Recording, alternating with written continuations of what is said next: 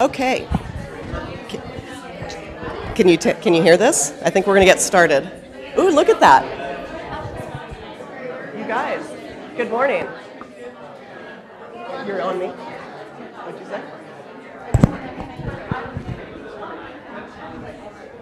Good morning. Thank you. Good morning, audience. Good morning, GSAOs and friends and other advisors.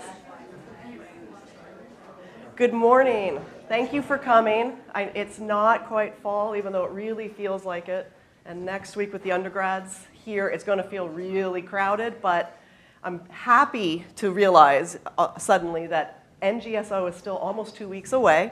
But I do want to make sure you're aware of it and that there are some flyers in the back for you to take. Plus, we will be emailing flyers for you to distribute as you see fit. We've got lots of exciting plans for NGSO, new graduate student orientation, including going paperless this year. We're using the Berkeley guidebook, and so all materials will be available electronically to people both before and after the conference, which we're pretty excited about. So I don't want to, other than welcoming you, I wanted to just give most of the time here to our Financial Aid and Scholarships Office, known as FASO, team and colleagues, who I'm going to let Silvia Marquez, the Associate Director of FASO, introduce herself and explain a little bit why we're here. They have a presentation, so we're going to hold questions for now. But as you can hear in this clear audio environment, we are improving our streaming technology. I've got a variety of colleagues here helping me test this new setup. And we've got some audience mics that we'll be able to, so rather than me having to run around and rather than people having to repeat questions, I think if you guys pass the microphones back and forth to people who want to ask questions, we can save a lot of time and have more fruitful conversation. So I'm looking forward to trying it. This is the first time, but I'm going to go ahead and turn this over to Silvia for now. Thank you for coming. Good morning, everybody. As Andrew said, my name is Silvia Marquez, Associate Director of Financial Aid and Scholarship. I've been on campus now for about 15 years. And my area that so I sort of oversee for financial aid and scholarships is pretty much anything student facing. So counseling, which includes our appeals, our outreach, our financial wellness programs that we offer, our web, our communications, all those sort of things sort of land under my purview. And this is part of my team, so I just want to give them a moment to introduce themselves. I'm a special projects coordinator in the Financial Aid and Scholarships Office. Good morning. My name is Nicole Hill, and I'm an assistant director in the financial aid, obviously in the financial aid office, and I oversee half of the counseling unit. Great, thank you. So Andrea invited us here to talk about satisfactory academic progress as defined by the Department of Education and what our policy is on this campus. And so why are we talking about it? What's changed? And we really wanted to talk about what's different, what's changed, so that you're aware as advisors what the policy is and how it impacts your students. So we've had an SAP policy. It's required to have one by the Department of Education. Basically, we've had one for a long time. With the implementation of campus solutions, one of the things that has happened in our office, and I'm sure it's happened in many departments, is you have to reevaluate your business process. This is your opportunity to evaluate your policies. For us, what that meant, not just our operational part of it, but for us, it was also our opportunity to evaluate compliance. Are we compliant? Are our policies the way that they're set up? A, can they be implemented that way? And B, are they compliant? And this is one of the areas that we found in our evaluation and during the implementation process that was not quite compliant the way that it should be defined by the Department of Education in the handbook. And so this was our opportunity as part of the implementation to update our policy. And so that's really what we want to talk about today. There are the goal that I think maybe isn't always clear is that the goal of providing financial aid, and that includes mostly federal aid, but it applies to state and institutional as well, is that we want students to complete the degree, and we want them to complete it in a timely way. That's ultimately the goal.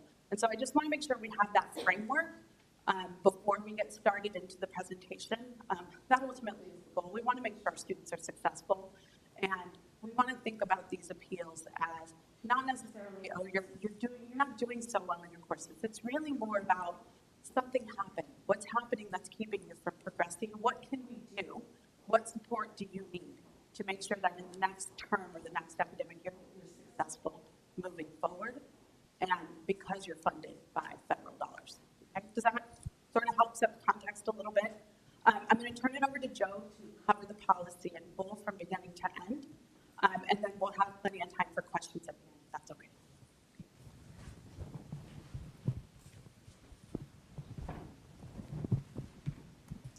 Okay, so I'll go ahead and get started. Talk about the 2017-18 Satisfactory Academic Progress, also referred to as SAP or SAT policy for the upcoming year. So just to get started, the 2017-18 graduate SAT policy says that students must meet the following criteria beginning in 2017-18 in order to be considered eligible for financial aid. So there's three measures we look at. The first is a qualitative measure. That measure says that graduate students have to have a cumulative GPA of a 3.0 or greater. The second is a quantitative measure that says that students must complete at least 67% of the units they attempt, both annually, which is during their most recent academic year of attendance, and cumulatively, so during their entire enrollment at UC Berkeley. There's also a maximum time frame. So students' attempted units cannot exceed 150% of the published length of their program. And so for graduate students, this varies by program. So our undergrads have a pretty fixed certain amount of units they're considered. But for grads, since each program has a different length, some students in different programs might have a different time frame than others would.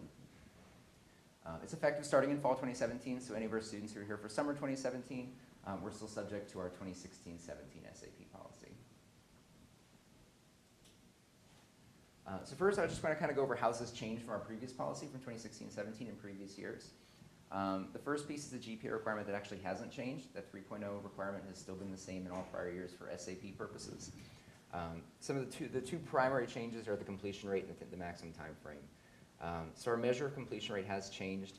In previous years, students were required to complete a specific amount of units per years of enrollment. So for example, grad students were required to complete at least 12 units per 1 year of enrollment at Cal. This is replaced with the 67% requirement.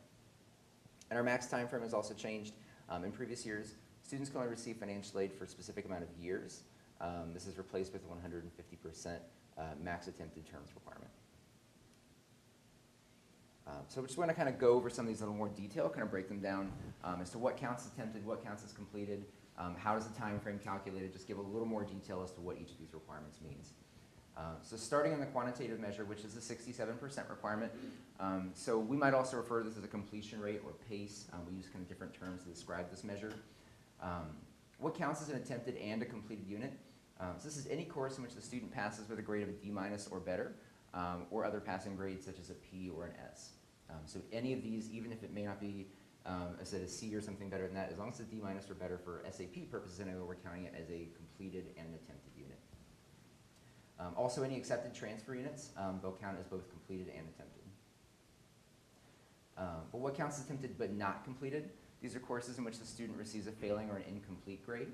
So an F, an NP, a grade of an I, U, those sorts of grades are going to count as attempted but not completed for SAP purposes. Courses dropped after the add-drop deadline. So primarily we're looking at if the student drops the class or the student's withdrawn from the class after the add-drop deadline, generally the 5th week, they'll receive this W grade that we can see in Campus Solutions. It's not a front-facing grade, so students won't see it on their transcript. It's not on their Cal Central, so it's kind of hard to see it first. But it is present in Campus Solutions and is present on the record. So this is what we're using for measuring the drop after the add-drop deadline. Courses attempted in a term in which the student withdraws after that add-drop deadline. And again, we're going to use that W grade as sort of a measure here. So and if a student withdraws after the deadline, all of the classes that they were in at that time will receive that W grade. And so we're using all of those W grades to determine and use the units that were attempted but not completed. Repeated courses in which the student previously received a passing grade. So if it's a repeated course the student did not pass, that new grade will count as attempted and completed. But if they previously received a passing grade, again, referencing the D- or better that we're using for SAP purposes, it will count as attempted but not completed for SAP. And then of course, once the final grade is not yet posted, so in this case, sometimes we might see a delay in a grade coming through. If that's the case, once we use that term to calculate their SAP, it might temporarily look as if they have classes they haven't completed. That's just because we're waiting on a final grade to come through. So in some cases, it's just because the delay in a grade posting. And then once those grades post, we'll recalculate them into the SAP calculation. And finally, what does not count as attempted or completed? So these are classes taken at other colleges that aren't reflected on the UC Berkeley transcript. So we're only really looking at what's taken here at UC Berkeley or what's transferred into UC Berkeley. So if they took classes somewhere else, they didn't transfer them in, we're not looking at that for purposes of SAP. And then courses drop before the add drop deadline.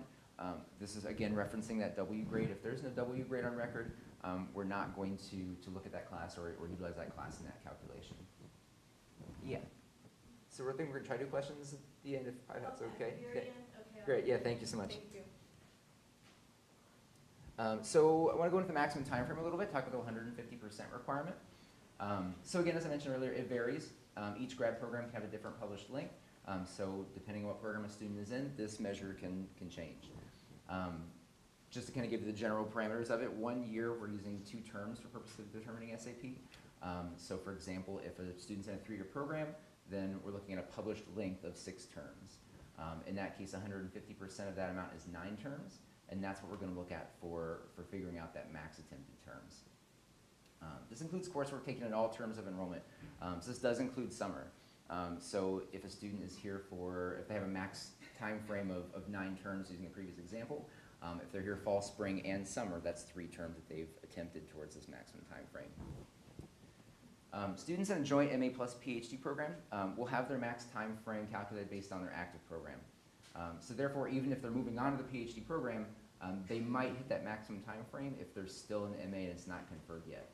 So we have seen some situations where even though they might have 9 years total to complete the MA plus the PhD, they might be temporarily getting an SAP flag because they haven't conferred that master's degree just yet, and that's the active program that's in Campus Solutions. As long as the MA degree is conferred, when we calculate our SAP at the end of the academic year, the calculation should update to reflect the new length of the PhD program instead. Students with a prior conferred graduate degree from UC Berkeley, they may receive a notice that they are exceeding terms and they're actually not. If it's not related to their current program, if they finished a degree back in 2000, they were coming back for something entirely different. Occasionally they will get an SAP notice, but we're taking a look at those and we can clear those because they're a different circumstance entirely. So they should just come check with us so we can review their SAP just in case. So just want to kind of give you a bit of a screenshot as to what our current grad population not meeting SAP looks like. So as of just yesterday, when we pulled this data, there's 57 grad students that are FAFSA filers that are currently not meeting satisfactory academic progress. I believe it's a small increase from last year. I think we had 30 some, I think, that were not meeting SAP.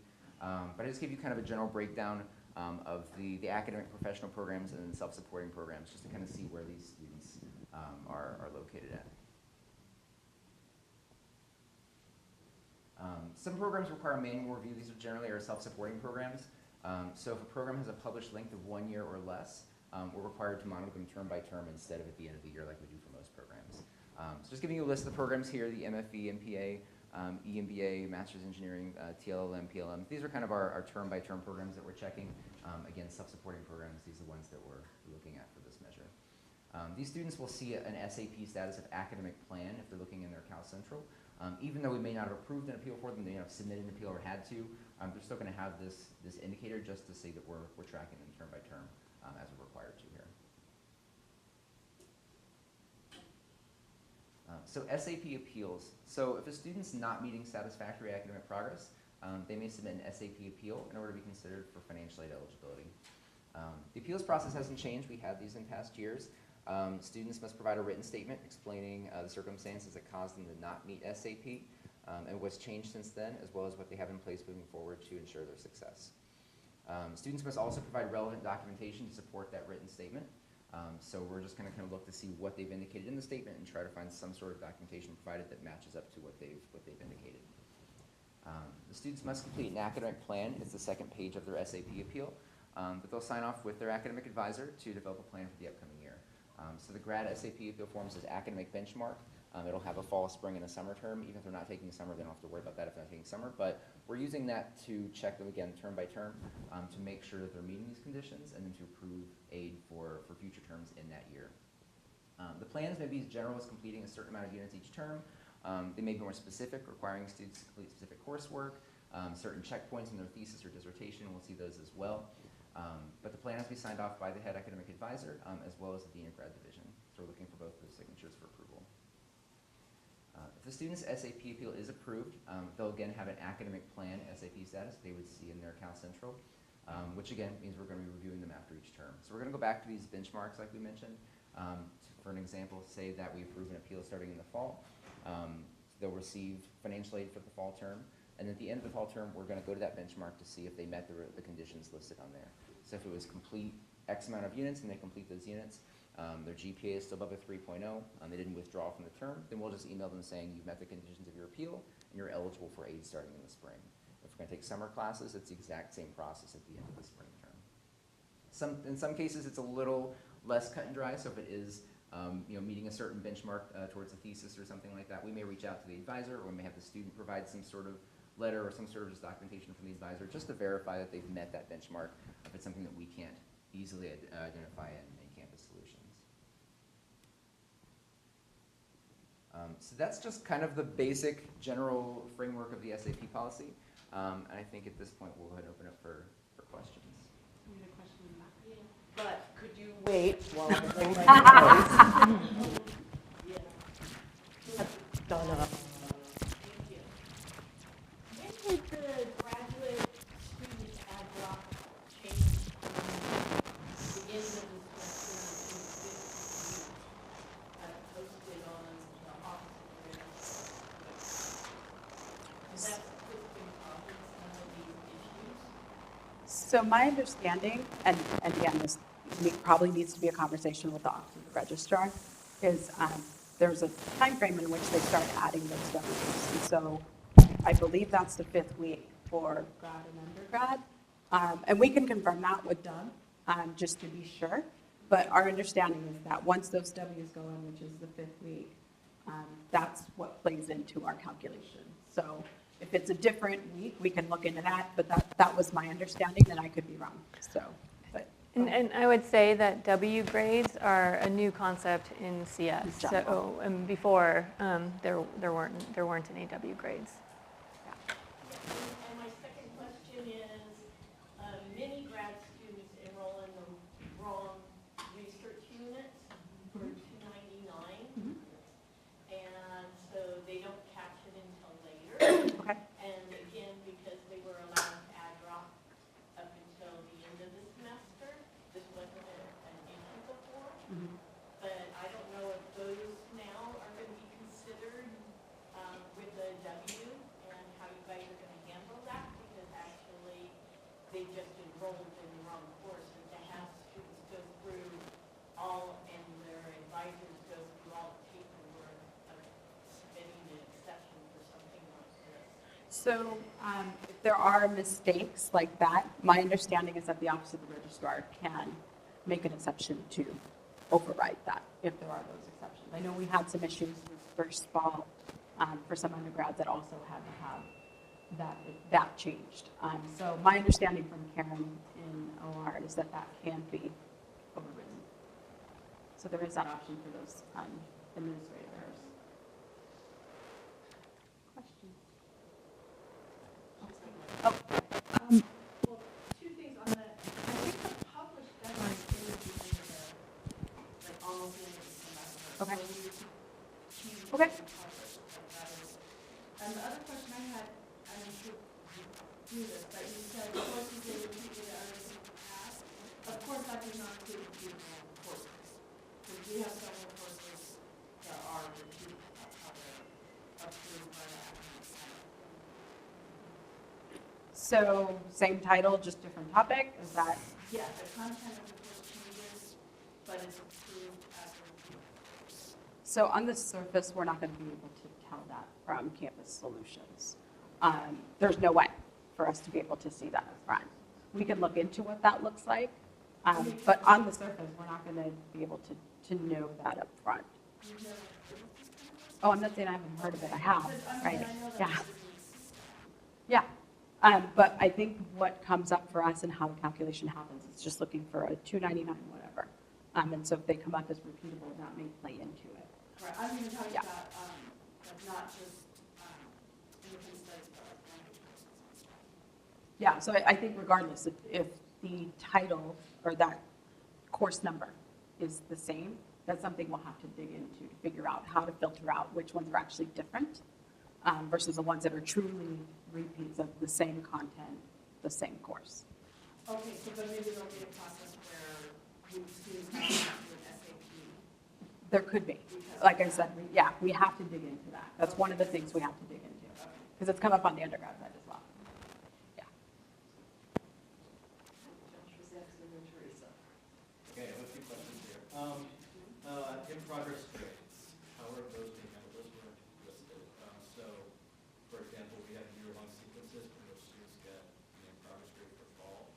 And those are field units, so they typically take up anywhere from 40 to 50% of the students who course load.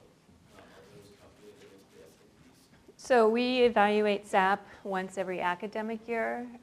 So if a student is taking an in-progress grade, so they're taking a course in fall and it's not fully graded and it will be fully graded at the end of the spring or the summer term, that's when we're going to take our snapshot. Okay.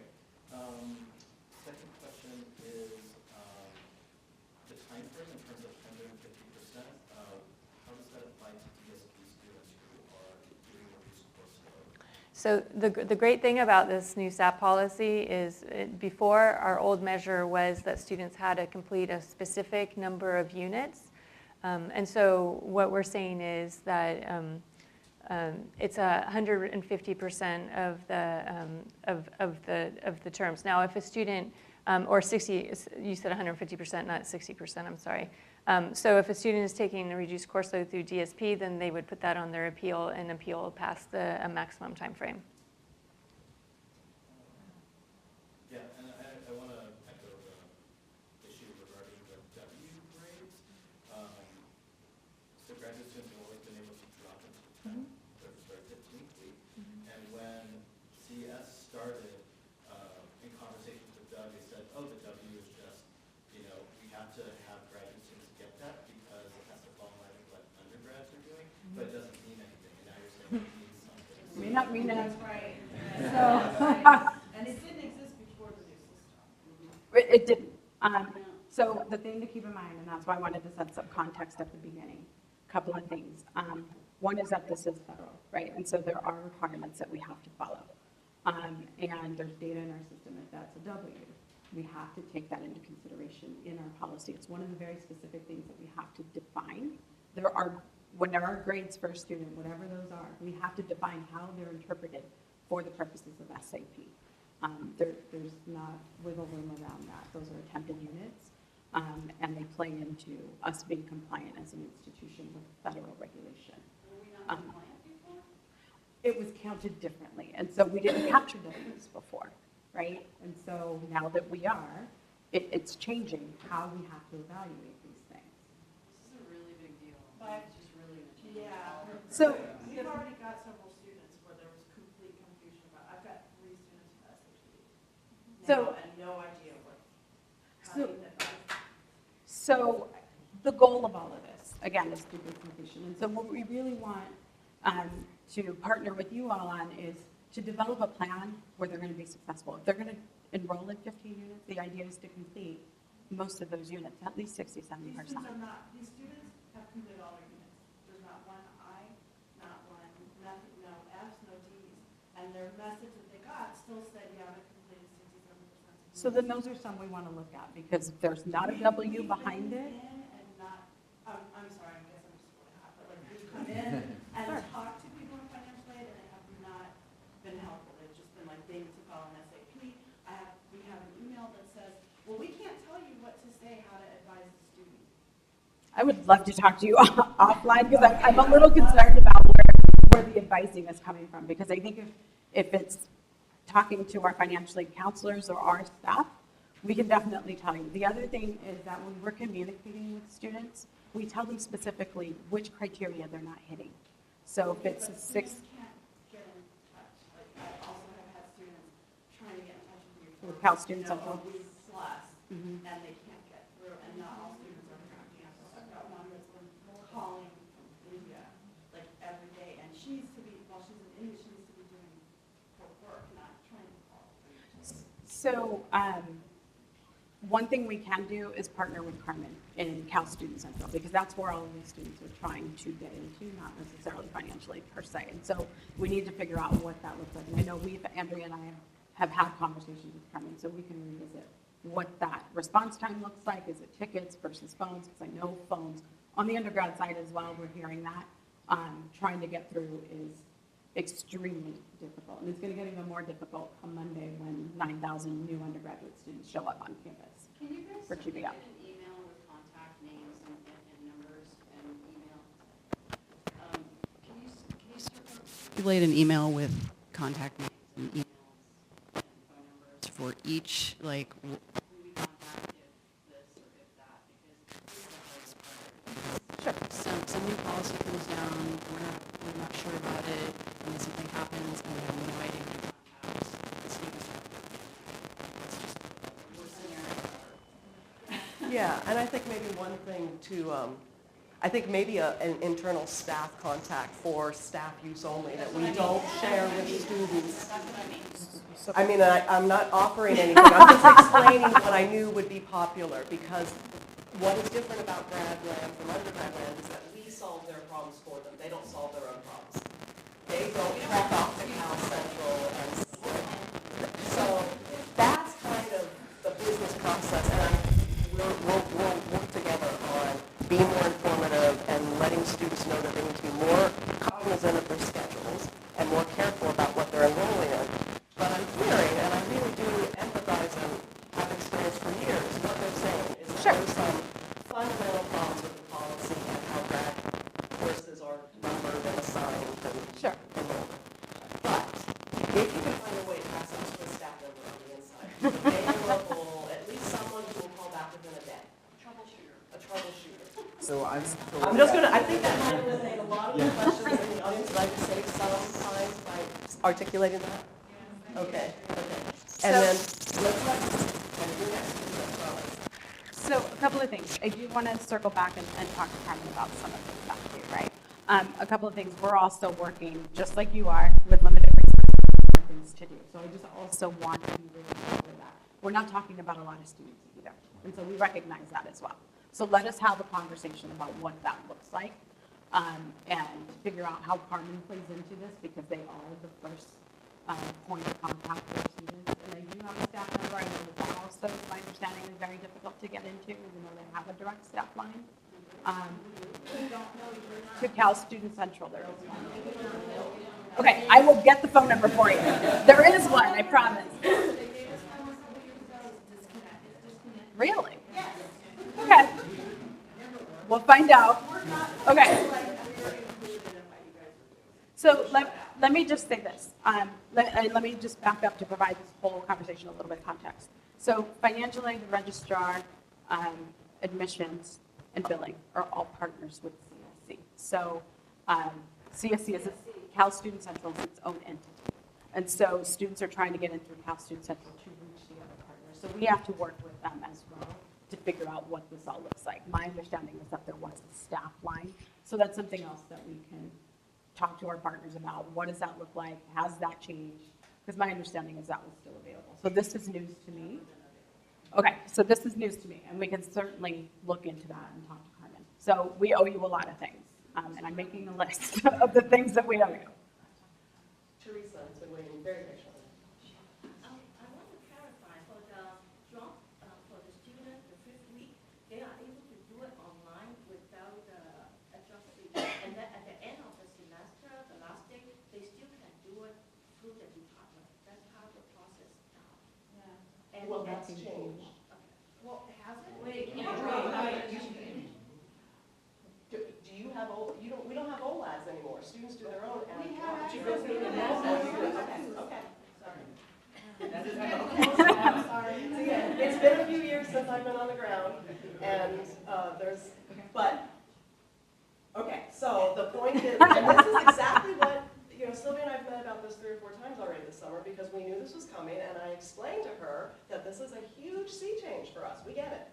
And you are exposing exactly some of these bugs that have to be worked out between the registrar, FASO, CSC, and the grad community, which doesn't feed in a natural way into that. And we're working on it. We're going to get there. Okay. And playing in the same sandbox, I think, is what has forced a lot of these conversations to happen, right? Like, we're now all in the same system. And so it has definitely forced some of that. But can I ask a question? I just want to get a sense, because we're not talking about a lot of students in a big population of students, right? So I guess my question in relation to that specifically is, are students dropping half the classes they enrolled in? Are they dropping one class that they enroll in? Like, what's normal? I'm just curious. Students that have not dropped in, like I said, they have no incomplete units on their entire. And no W's. Well, the W's don't show up on the transcript. Okay. Okay. Yeah, the W's don't show up on the transcript. I'm not sure if how that design, how that design came about. Yeah, I don't know. And we know that that's a blind spot. We're aware of that. I have a second half of a question about the GPA requirement for the course. Can you please double check, because for graduate student, B minus is equal to satisfactory, and then for the courses, if they are under B minus, we will consider fail, not B minus. Can you double check? So there's an academic satisfactory academic, or there's an academic policy, and then there's financial aid. And so some of these things we're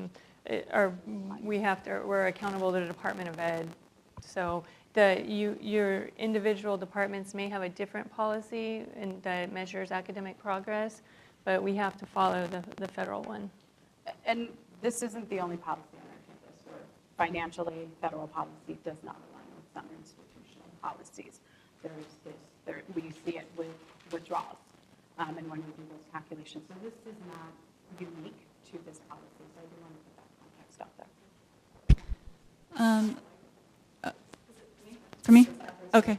So I'm just trying to land this. It still doesn't make sense that suddenly we have, to deal with all this. So let me understand, did the federal mandate change, or is it that we weren't really meeting it, but now that we're in such a fiscal hole, we are accountable to the UC Regents in a new way, where for state funding based on time to degree, we have to enact these restrictions and protocols and stuff? So the way we counted things in our legacy systems, and mind you, registrar had their own, financial aid had their own, billing had their own. The way that things were counted previously are not the way that they're being counted now. That's really the biggest piece of all of this. The way that we used to count by units in some places and terms in others, and now because we're in CS, we have to come up with some way to be compliant in the new system using the data that we have in our system. That is the biggest driver in all of this. I don't know if you want to add to that. But. Yeah, this has nothing to do with the regents. This is strictly federal policy. So it has nothing to do with the regents and the pressure just in the state, I think, of getting students to graduation. This is a Department of Ed policy. Now, they did change their SAP policy, I'm going to say, 5 years ago? Yeah, so the Department of Ed, the Department of Ed changed its policies. It's not uncommon. In fact, I think we're going to be seeing a lot of new policies coming through soon in this new administration. And it's just the nature. It's just the nature of really the beast. It has nothing to do with UCOP or the time to degree. This is all just Department of Ed.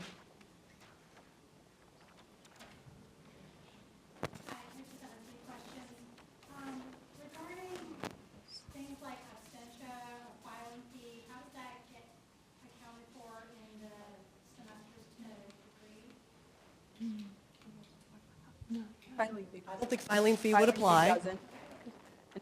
And in absentia, they are enrolled in full units. It's a term. They should be in their normal 12 units. So I think they apply. And what about, you said summer does count. What if they're just doing an internship during the summer? Does that count? It counts if they're enrolled in units.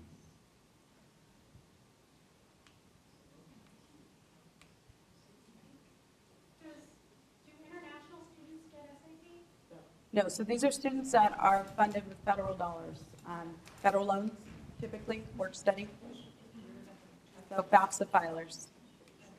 I think one of the biggest things I'm thinking about is just the way that like graduate students and students in my department define success isn't the number of units completed.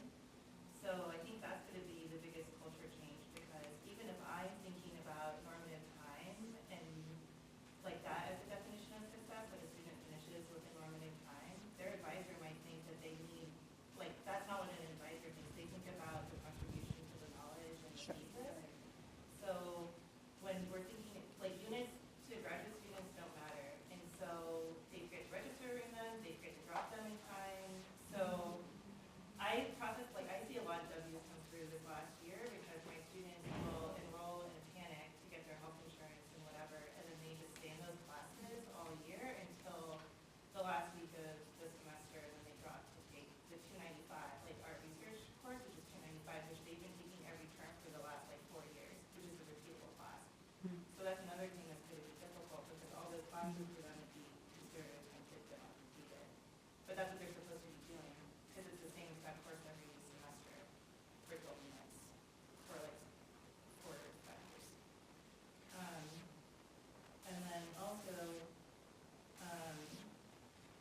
there's like 2 different things that it seems that are going on, like the Fed policy has changed, but then the way that we're counting units has changed, and that's why these appeals are coming up. So which one is the more prevalent? Like, is there anything that can be done to consider the grad student experience?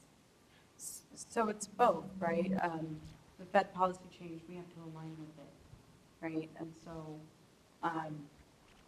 the way that, and the other thing I'm going to mention is that the things that we've listed as the requirements are the bare minimum for the Fed. And so I do want to keep that in mind as well. At 67%, it can't get any lower than that. That's the bare minimum that's written into the regulation with the Department of Ed. The other, like I said before, the other piece of this is that we're capturing data in a different way in CS. And so we do have to realign in order to use that data and have some sort of benchmark that's universal. We know we have very unique programs on our campus, especially on the grad side, not so much on the undergrad side with regard to units and completion, but on the grad side, they're all over the map. And so we do have to have some benchmark that we can apply to all of them and be compliant. And what not being compliant means for us as an institution means that we don't participate in federal programs. So that would mean potentially losing our eligibility to do that. So federal loans, federal work study, federal grants, that's something that we are particularly mindful of. We've been audited in each year for the last 3 years.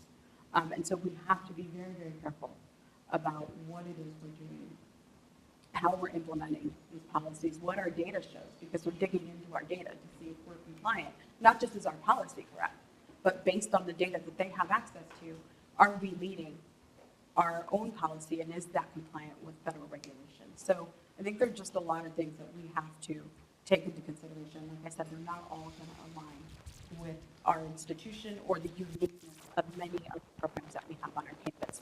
That is not to say that our students aren't incredible. That is not to say that our programs aren't valuable. And it's not a reflection on any of you or the program itself. It is more about, hey, it looks like something happened based on this basic benchmark. We need to figure out how to make sure that you are meeting the requirement and successful so that we can continue to fund you and we can continue towards degree completion. That's really what we're talking about. And so we need to figure out how to partner. How do we address that culture change? What is it that we need to do differently to communicate that to some students? I just think it's really difficult because, I mean, just success in undergrad here is very different than success to graduate seniors. And I think that's part of the. Sure. Hi, I just want to make sure I'm clear. As it stands now, students can continue to adjust their schedule to the 5th week. And then after the 5th week, if they drop a class, a W appears on their internal transcript, and that's when you begin accruing the 67% of attempted classes, like those are the W's that count against them. And we evaluate, right, so any W that's going to be on there, right, and those Ws don't come on until the fifth, after the 15th.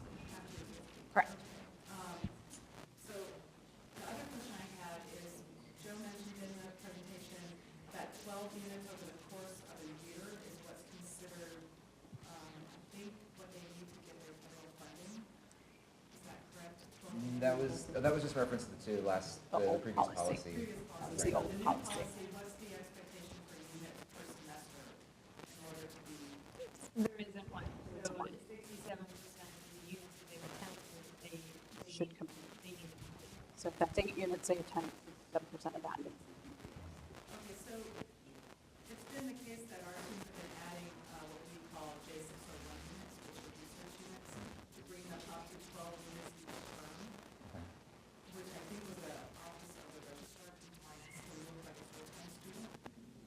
Does that mean anything to you guys? So just to receive financial aid in general, I mean, they have to be at least 6 units. They have to be at least half-time for just standard federal financial aid regulations. So perhaps in prior years, when we had to complete 12 units per year for SAP in our past policy, perhaps that was. There was 12 per semester, so they could be full-time students for the count of registrars. So that could be what we're doing now, that doesn't ring a bell. Just to be eligible for federal loans. Yeah, yeah. There's somebody in the back that's holding, sorry. Yeah, she's been patiently holding her hand out.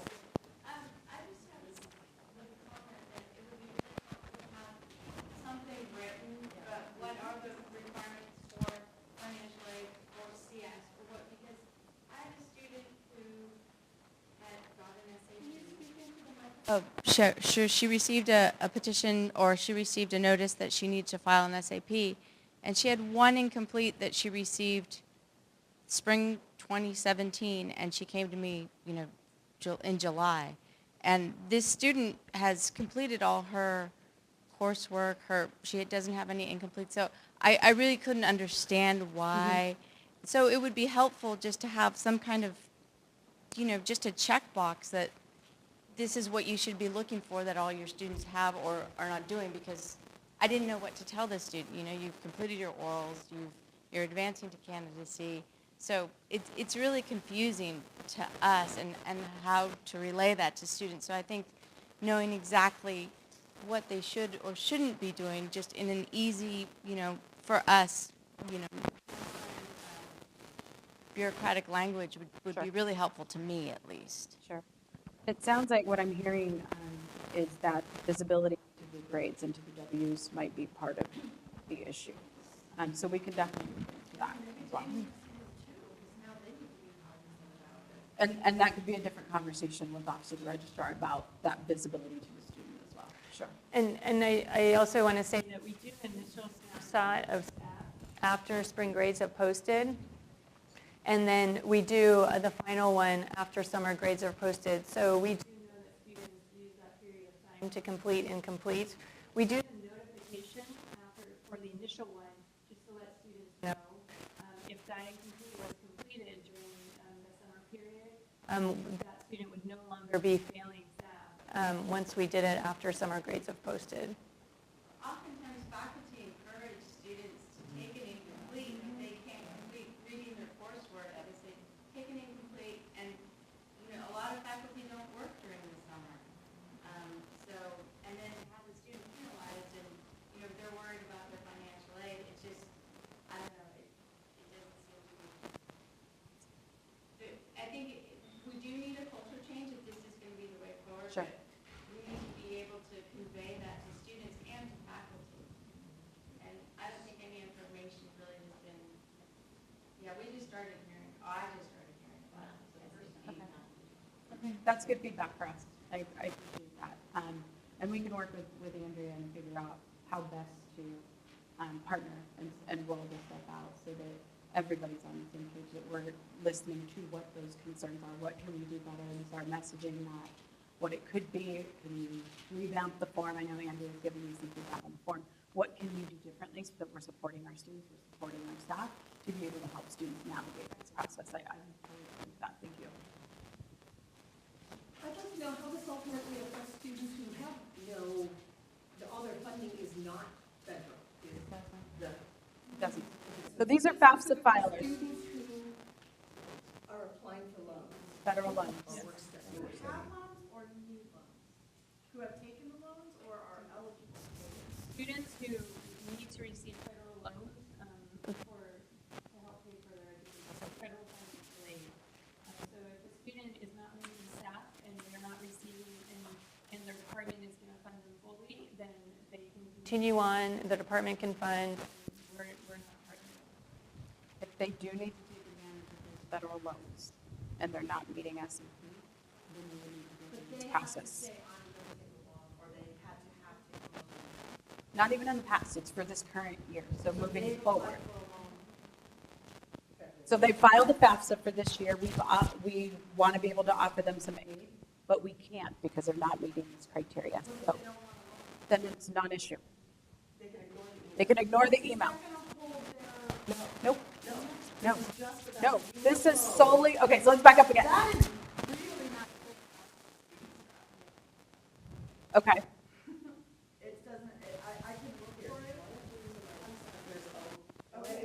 Because I have 3 students, like I said.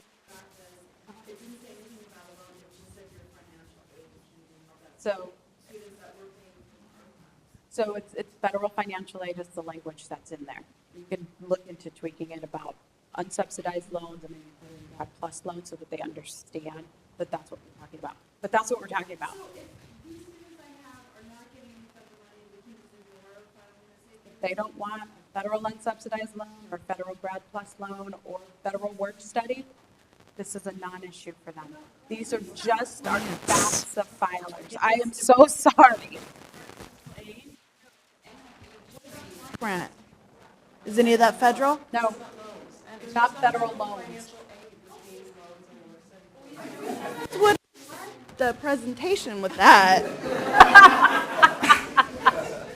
That's fair. Different way to look at it. Any aid that's connected to that's connected to the FAFSA, if a student didn't file a FAFSA, or in any aid that we give through our aid outside of the financial aid office. So let's back up. I think Nicole just nailed it. There's a golden nugget in what she just said. Any aid that we disperse through our office, so federal loans, which would be unsubsidized and Graduate Plus loans, and federal work study. Anything that you're awarding, anything that's coming through a block grant, anything that you're working with Solomon on to make sure it pays out, all separate. Okay? This is just federal unsubsidized loan, federal Grad Plus loan, and federal work study. Little yellow triangle in their Cal Central, their aid's not going to be held up? Looking at you, you might know what that is. I'm looking at Solomon like, what's the yellow triangle, Solomon? I'm going to pull it up right now. Okay. So some aid isn't going to disperse. We're not dispersing aid until Monday. So students may have a not dispersed or the yellow triangle because no aid is dispersed. Well, we're not dispersing our federal aid until Monday. With the exception of a handful of departmental awards that had a dispersed date of August 1st, which we did push out on August 1st. You're looking at me. That's right, yeah. Okay. So the hold on the aid should be unrelated to this because these students have not accepted loans and presumably, We haven't even packaged them right. because they're not meeting. So they wouldn't even see a loan. Most of them won't. There might be a few that would see it, but most of them will not even see it. Yeah. See a loan at So, this so if you see not dispersed, you can double click on that in Cal Central and it will show you the reason why it hasn't dispersed. So in the majority of cases, it would be because the student's not enrolled in units, actually at this point. One particular of the students now, and I see that what she has in there does not have that triangle. I was mixing another. Okay. That was separate. Okay. And I don't, she doesn't even have, the thing that's crazy though, when I'm looking at her record, loans and work study says 0, so why did she get this email? She probably filed a FAFSA. Well, now, we're changing different. Well, Yeah, so yeah. here's the thing, right? So you file a FAFSA, the assumption is that you want aid. We have to evaluate your eligibility first before we award you stuff, right? If you don't want federal loans, federal work study, then there's no reason to do the appeal. Could we change the language to make that clearer? It sounds like that is something we need to do. We'll take that feedback. Is that compliant with the graduate policy? Because I think I've been told to make Exactly. Okay, yeah. They could file one, whether aid dispersals is different. Because, yeah, there are certain aid where we want a FAFSA. You want to, Regardless of their intent to be but that's not everything, right? Yeah. is it you're trying to determine need? Is that part of it? Okay, okay. So the background is it used to be that a large percentage of broadband funding was actually tied to. That has not been the case. Okay. So this long-standing tradition of having students file the FAFSA when they have no intention of taking out loans can change. And really, they're slightly different things, right? Like the FAFSA is going to help you determine need. What is that family contribution? That's one thing. Yeah. Whether you're actually eligible for aid or not has to run through a whole series of requirements, of which SAP is one.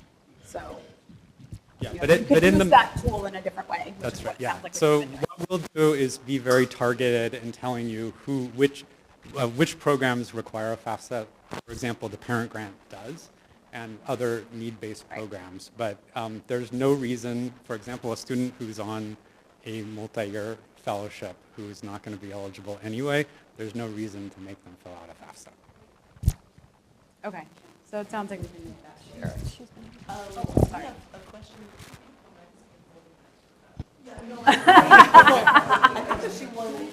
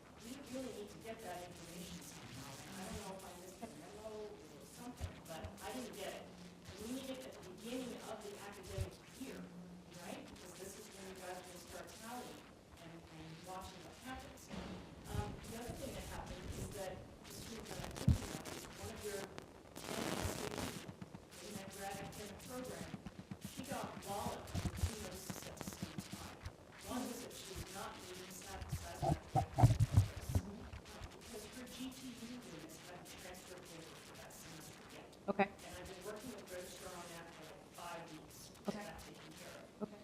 So she got that notice telling her to submit an SAP appeal with very little information about why it came. Now, she also got the W because I dropped her from class. She got a W. So as far as I know, she was not able to see anywhere that she had that W. Maybe she didn't remember it 10 months later. So this is part of the issue, is the internal Ws. They need to be able to see them. Sure.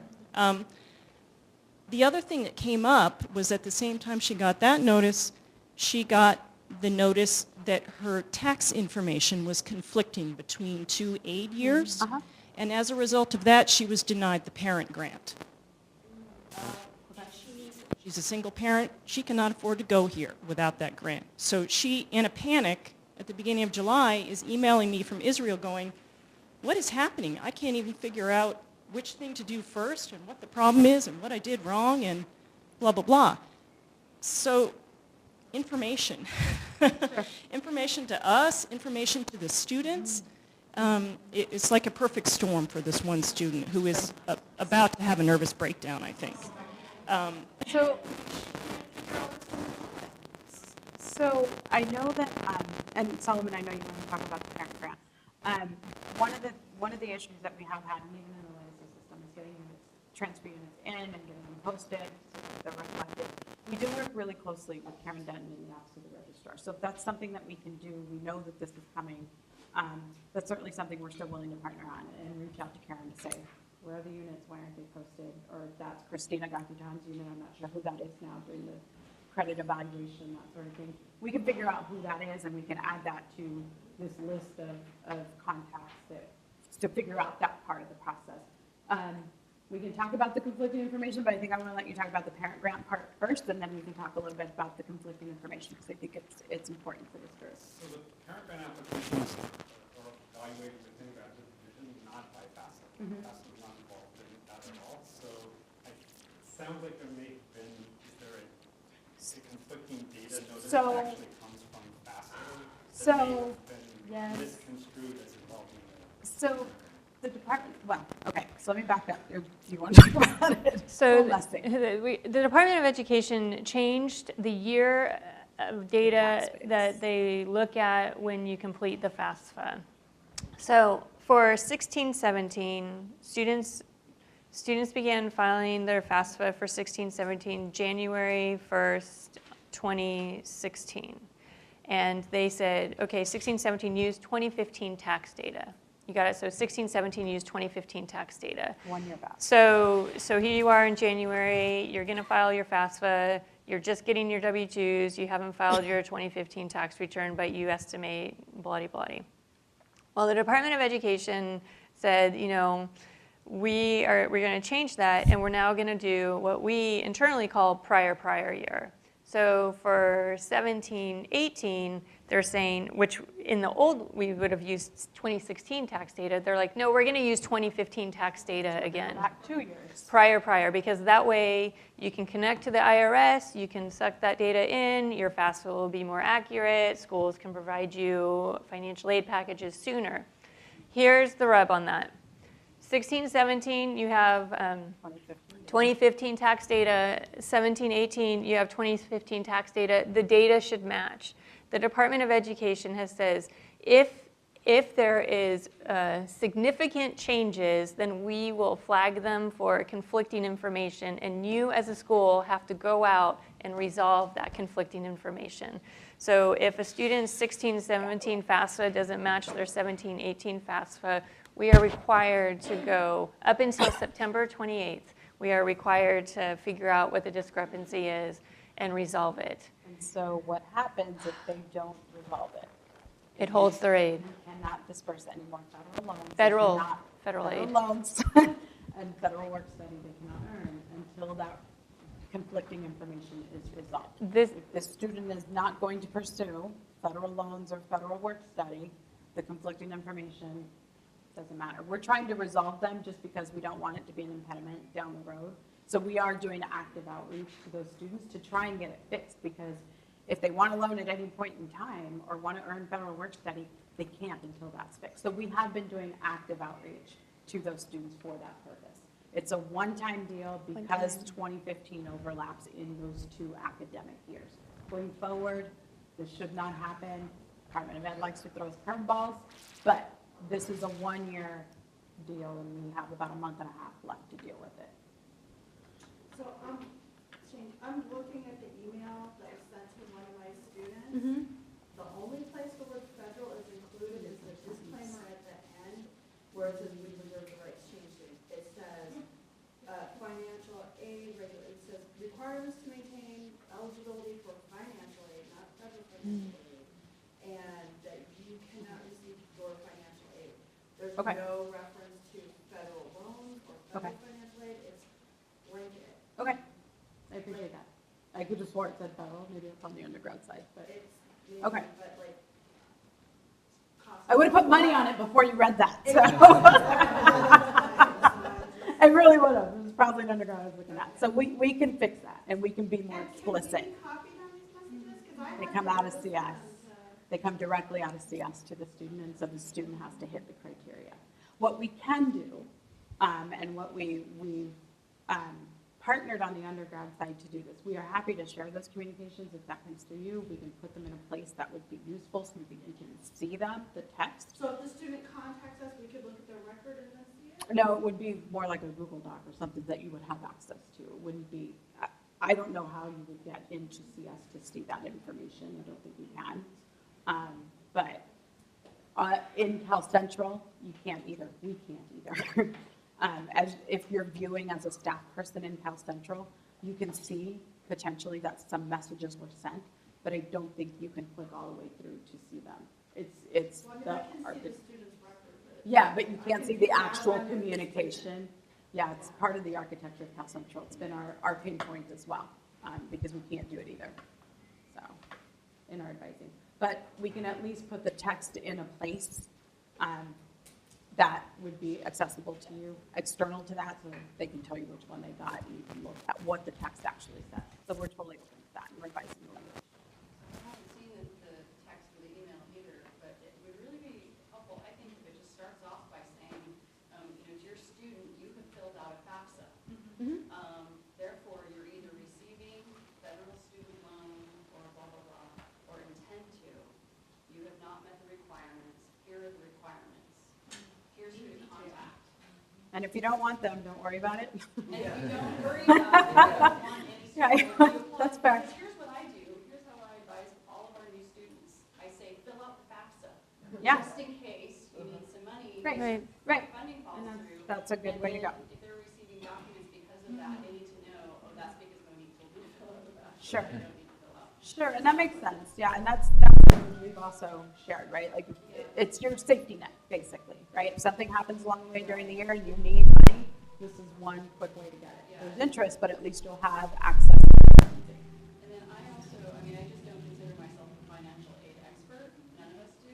I manage all of our internal block grants and our federal grant money.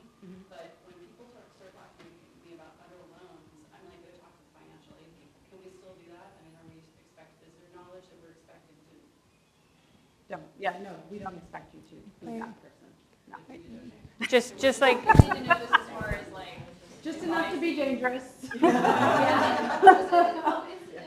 when we advise people on what classes to take and stuff. Sure. Especially our academic advisors are really, they need to know this because they do this thing where they say, oh, you know what, sign up for that stats class, that might help you. If it doesn't, just drop it later. Yeah, exactly. Yeah, so I just wanted to mention those things. Thank you. I'm just going to piggyback on that real quick, that when they do get messages, if they could have a person to contact or clear instructions on how to resolve their issue, it would stop channeling through us where we're not the experts on how their loans work. So just a real clear instruction on A, how to resolve it, and B, who to contact would be infinitely helpful for our grad students. That might be a little more challenging, but I definitely hear what you're saying. I feel like you wanted to say something. Just to mention something we talked about at the last meeting, we did say and announced on that slide that if a student has an award entry award in combination with loans, so that would be any grad div block grant award or You're department looking DSAS award, no, that you can send that to award entry at berkeley.edu. I'm sending it, or there's the student? Right, so it still channels through us. Yes, Okay. but this is a way of getting something handled by FASO in a timely manner. So something I just want to throw out, something we've done on the undergrad side, because there are hundreds of these students that are in this appeal requirement issue. We've coordinated a small SAP advisory group for the undergrad side. Is that something, at least while we get through this culture change and make these changes, that you all would be open to? Okay, so maybe we can work together and figure out, and we can look at the data, where is there a particular department or where that might be, where we can pull those folks into a smaller work group, hammer this out, make it not so crunchy, and then go forward from there. Would that be helpful? Okay, all right, we can make that commitment. Our academic advisory is it possible to get the messaging and in a form that students can understand where the consequence of this as soon as possible? So that I don't know how quickly I can get this to our advisors, but at least potentially get it on to our students. So the way that we can do that is a message about SAP and sort of make it a web message to everybody that's kind of limited, but says we can make it very generic. That would push them to the SAP page. That might be about the best we can do. I don't know that we can do it by Monday. I can't guarantee you that, just because we're trying to pay everybody by Monday. But it's certainly something we can look into early in the semester so that they have enough time to, assuming they go look at it, to be aware. We did that once already. We did it in the spring for everybody. But we can look at targeting that for graduate students specifically. Well, and I wanted to point out, Joel, that we will be sending, I think Larissa is crafting her semesterly time to get your students enrolled message. So we'll make, I just made a note that we'll make sure, Larissa's out until Tuesday, so this, and we're thinking advising really doesn't start for us in Maryland quite that early. But, so next week, probably Tuesday, she's going to be sending out, Tuesday or Wednesday, a message about enrollment for you all to send to your students. And we will be sure and put this caveat about you need to settle your schedule by the 5th week. And that, Silvia and I talked last night about how this doesn't mean you can't change your schedule. It's not like, it just means that consideration needs to be taken into account. And that's, so we'll try to think of a succinct way of saying that while schedule should be settled by week 5, it doesn't mean you can't drop a stats class because it's simply not working or providing what you needed. So we'll try to think of ways to do that, both with Grad and FASO, because I do have to validate that the messages your students are getting through Cal Central are written by none of us, and none of us see them and read them in many cases, and so I have to do the exact same thing you have to do because I'm the one signing off every one of your SAP appeals unless they're cause, law, or optometry are coming to me. And then in some cases I'm contacting you and trying to work out what we're going to do for the student. But I don't see this information either. So I've been writing to students and saying, send me your email. I need to see your email so I know what it is I'm looking for in the record to make sure that your plan will address the problem. So I really feel your pain point. But I also really want to mention that FASO has been incredible partners on this, from the way Solomon and I work together to the way the leadership teams work together. So we will get these worked out, and I think that we'll definitely work on that. Because I was warning them. This is big. This is as big She as did give filing us a heads fee. This is the filing fee of 20. It's like Teflon. Bring your Teflon. Yeah. So I just want to validate everyone in the room that this is a big change, but we'll try to warn you up front so that you don't have too many of these on the back end. Because I hear you, unnecessary paperwork for administrative processes is useless. It wastes all our time. And we have 15 minutes, so I want to take all our lowest has one. I'm going to be doing a presentation, I'll be sure. Not that everybody goes to my presentation. If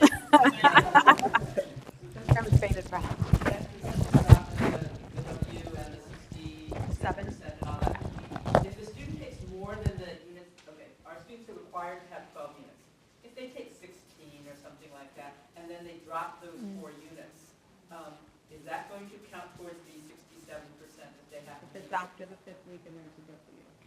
So even if it doesn't even count towards their degree, or if it's like French 5, so low income classes don't count, or they're taking a 602, all these classes, sorry, that don't count towards their degree, sorry, that don't count towards their degree. I know.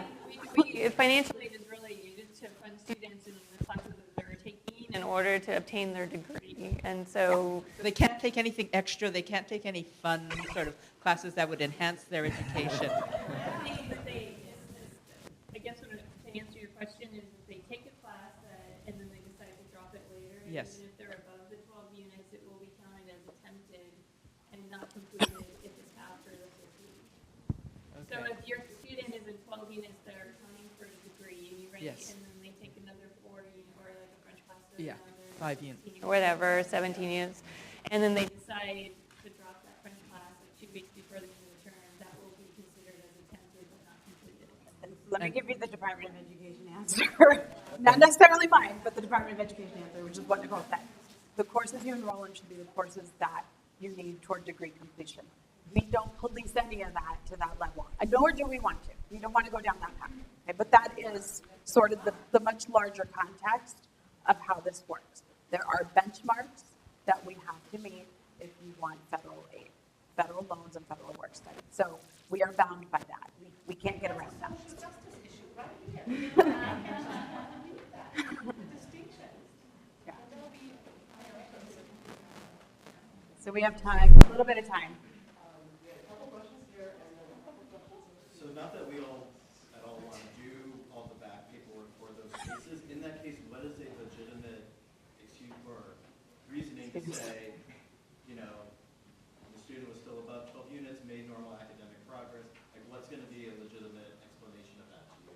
And if we have to fill out that SAP. So in some cases, it might actually be where, say, there was, I mean, if it's actually where the student had to drop because there's a medical circumstance or something like that, then we'd request whatever documentation the student feels comfortable providing anyway in that case to evidence what's on there. But in a lot of cases, it might be something where, like you said, the student is meeting a just fine level of progress. There's really been no outside, medical circumstance or anything like that, or it's just they dropped the class later on and now they're not meeting SAP. So in that case, we might ask instead for a letter of support, perhaps from the advisor or somebody who's familiar with the circumstances that happened. So, maybe a letter that says, yes, I met with the student, we dropped this class, but there's really no medical circumstance, there's really no extenuating circumstance that occurred. It was just a late drop. They didn't need towards the program. We're familiar with the circumstance. Student is meeting this level of progress. I'm in touch with them. We're meeting a regular basis. Just something like that, because we're also looking for does the student have the support that they need in place to move forward. So it's to make sure that not only, it's not so much punitive as it is we're wanting to make sure that they have that support system in place as well.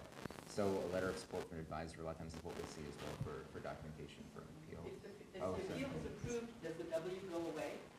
No. No, the W, regardless of. This has nothing to do with the records that those units or how that's recorded. It'll keep coming up every year then. So yeah, so. Maybe not. Maybe not, right? There's the annual calculation, which is where some students might get caught, and then there's the cumulative one, right? If they get caught in that first year, but then every term after that, they're completing whatever they enroll in, then in the annual, it won't matter. And in the big scheme, if they're not dropping a ton and don't have a ton of W's, then in the big scheme, it may not impact them going forward, right? And so that's why I was asking you, trying to get a sense of, are they dropping half their classes every term? Is it one class every term? What does that look like? Because that will answer that question, I think, a little bit better. And in some cases, there will be where maybe the cumulative is still just not quite where it needs to be in the second year, but the student met those benchmarks that were indicated on the appeal that was signed off on. And if they've met all those conditions and they've really done just fine based off what's on the appeal, they might still technically have to do a second appeal, but they can say, I met the conditions of my prior appeal, and it's basically just, if they met those conditions, we can verify that, then it's an approval. So those conditions are really important because that's our benchmark of understanding whether they hit whatever you all said was satisfactory in that term. So we're not those experts, you guys are those experts, and so we need to partner with you to understand what's considered progress then going forward. Well, what about students who take language classes, 5 units, and complete the course, get a grade, and then those units disappear, and suddenly they're below, because for grad students, lower division courses get G5, or do they no longer? I'm looking at Andrea. Disappear? Disappearing grades concern me, but just in general. What do you mean the units go away? Okay. It's all based on career. Jarrett's saying there's no G5. Thanks, It's all Jarrett. based on your career in the CPP. Whatever she's talking about is So those classes will not count in the grad student GPA?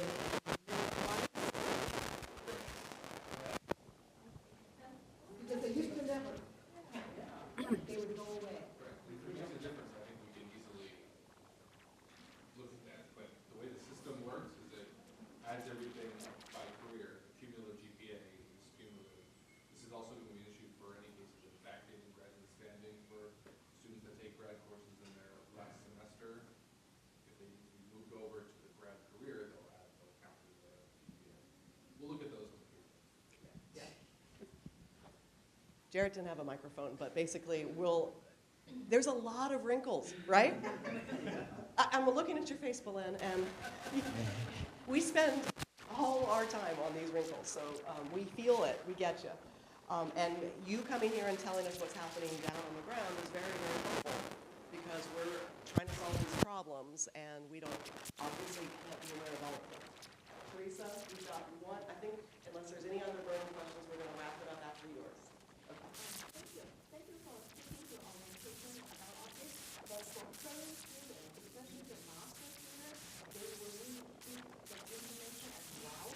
Can you upload your presentation somewhere that they can refer students to get the information? So I think PhD students may be okay because they are fully funded by the institution or but for us, it's research grant for the faculty because they are fully funded by the research grant. But I think master students will have that big impact, and you can share the information you give to the new student.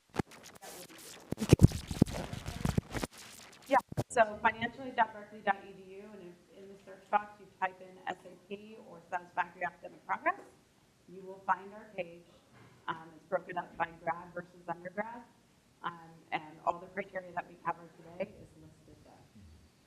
So you can easily find We it will there. be able to post the slides onto the grad dashboard, but that's not open to students. So it's the sort of thing that you can review if you want to, just in the way you can always review the stream that we've taken so much trouble to create.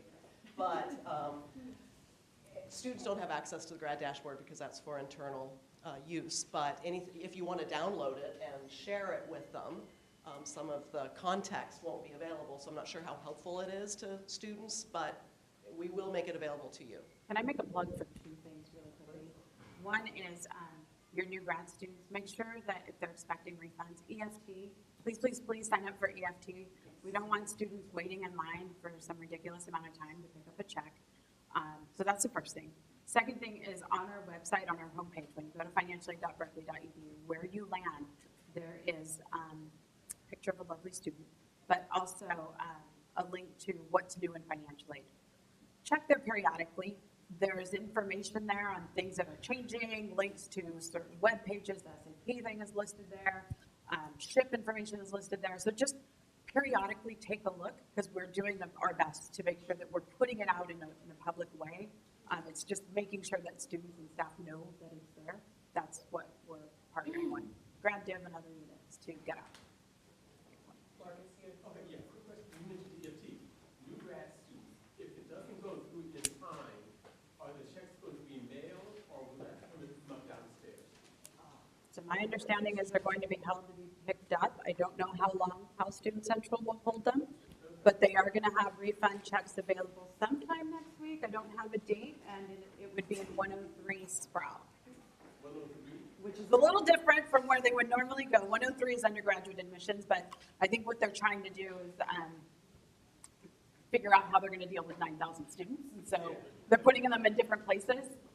And so 103 is where the first round of refund checks are going to be. If there's something for them next week, they will get an email notification telling them if there's something available. Okay. Yeah. Thanks. Okay. Did I mess that up? I'm looking at you like, you know. That's as far as I can. Okay. And that's student financials and billing and payment services, but that's the information they've shared with us. So. Okay. Thank you. Sabrina All right, is reminding me thank that you. we've got new NGSO flyers in the back. If you want to take them, you'll get some by email. I really, really want to thank our FASO colleagues for coming today and for working with us on. And we'll look forward to seeing you next month.